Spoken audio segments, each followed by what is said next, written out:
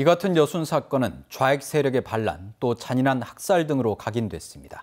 그러나 이는 여순 사건의 일각일 뿐 잘못 알려진 부분도 많습니다. 양현승 기자입니다. 사상과 이념의 대립으로 혼란스러웠던 1948년. 정부 수립 2달 만에 터진 여순 사건은 체제가 안정되지 않은 이승만 정권에게 위협적이었습니다. 정부는 여순 사건을 악질 공산분자의 잔인무도한 반역적 학살이라고 규정하며 미군의 손을 빌리지 않고 진압한 건 대한민국 정부의 실력을 증명한다고 홍보하며 국가 위기를 타개하는 수단으로 삼았습니다.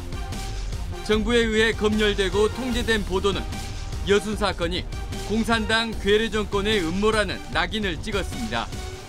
여순 사건이 10월 19일 날 밤에 이제 발생이 됐고 정부가 이걸 이제 처음으로 발표를 하면서 일종의 보도 지침을 제시하게 되는 거죠.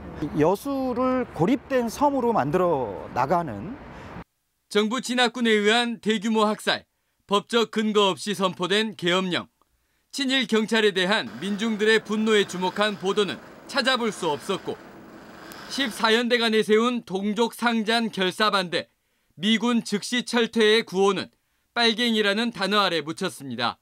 그 여순 사건에 대한 진상 규명이나 역사적 평가를 제대로 한다는 것은 한국 현대사를 바로잡는 것뿐만 아니라 한국 사회를 바로잡는 것이다. 그런데 그것이 한 번도 제대로 비판받지 못하고 극복되지 못했기 때문에 지난 4월까지 정부 진압군의 민간인 학살을 전면 부정하던 국방부는 과거 불행한 역사에 대해 유감스럽게 생각한다며 한 발 물러섰습니다.